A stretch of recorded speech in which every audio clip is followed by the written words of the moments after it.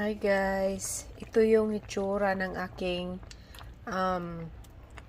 gulay na may tatlong greens. As always, mayroong malunggay kasi yun yung abundant sa akin.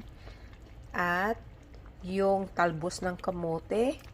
At yung pangatlo ay yung saluyot, no? Saluyot, tugabang, Egyptian spinach, iisa lang yun, no? Yung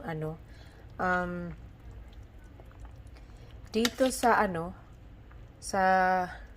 combination na ito, mayroon akong nilagay na taro or bisol sa Bisaya, gabi ata tawag nito sa Tagalog, no? Sa iba, karlang, apara, I don't know kung ano pa mga term na pangalan sa mga ibang lugar. Sa amin, bisol ito eh.